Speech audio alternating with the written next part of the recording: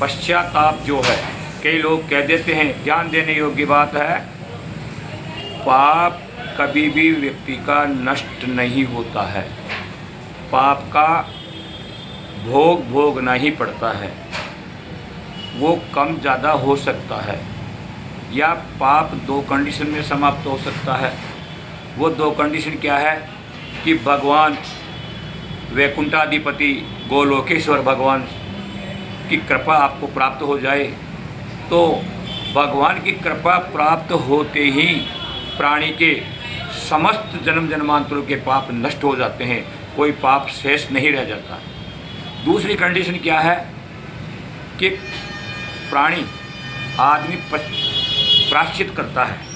प्रायश्चित का मतलब कोई पाप किया तो उसके दंड के रूप में कुछ न कुछ स्वीकार करके अपने आप को प्रायश्चित करना, पाप को धो देना मान लेता है कि मेरा पाप धुल गया है। कोई पूजा पाठ करवा लिया, या किसी के द्वारा कोई दंड, जैसे पक्षियों को दाना डाल देना, गाय को चारा डाल देना आदि कार्य करके वो अपने पाप से मुक्ति पा लेता है, ऐसा सोचता है। ये होता प्रायश्चित।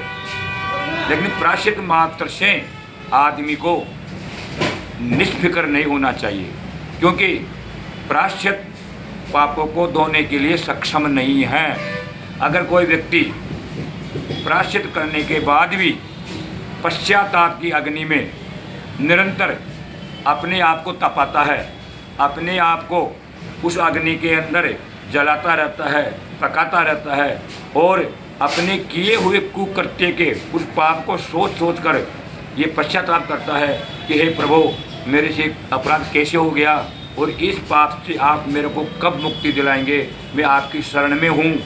कहा गया है, शिव पुराण का उल्लेख है, शिव पुराण का जो मातम्य है उसका श्लोक है, पश्चाताप पाप कृताम पापानाम निष्कृति परः सर्वेषां वर्णितम सिद्धि सर्व पाप विशोधनम।